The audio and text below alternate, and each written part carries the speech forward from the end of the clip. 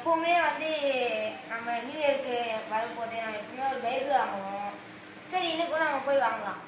வா, எப்படி ஒரு பெரிய மகாலா இருக்கு, ஒரு பெரிய ஸ்டோரா இருக்கு, பைபிள் வித்துட்டு இருக்காங்க. நான் போய் வாங்க. ஓ வாவ், சூப்பரான வாட்ச் இருக்கு. வாவ், இந்த வாட்ச் நம்ம கிட்ட இல்லையே. நம்ம இது வாங்கிட்டோம்னா பைபிள் வாங்கிக்கலாமா? பைபிளா வாட்சா? பைபிளா வாட்சா?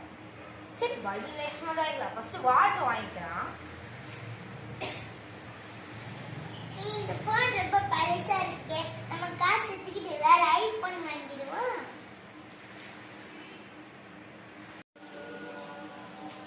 நம்ம பைக் கீ வேற, நம்ம பைக் வந்து ரொம்ப பழசாச்சு.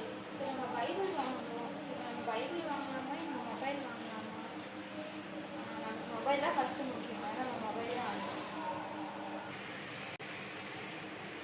பைபிள் எடுக்கலாமா, இல்லைன்னா ஒரு ஸ்கூட்டி வாங்கலாமா? என்ன வாங்கலாம்? ஓகே, நான் பரிசுத்த வேதாகமே நான் எடுத்துக்கிறேன். ஓகே,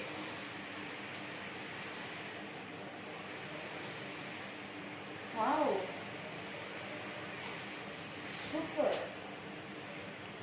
வாவ், கர்த்தருடைய வேதத்தின்படி நடக்கிற உத்தம மார்க்கத்தான் பாக்கியவான்ட்டு சங்கீத 119வது அதிகாரத்துல 1ஆம் வசனத்துல சொல்லியிருக்கிறது. யார் ஒருவன் வேதாகமத்தின்படி நடக்கிறானோ அவனே உத்தம மார்க்கத்தான் என்று சொல்லப்படுகிறது. ஸோ நம்ம ஒவ்வொரு வார்த்தையின்படி நம்ம நடக்க, பைபிள்ல இருக்கிற வார்த்தையின்படி நடக்கும் பொழுது நிச்சயமாகவே நம்மளுக்கு நித்திய ஜீவன் உண்டு.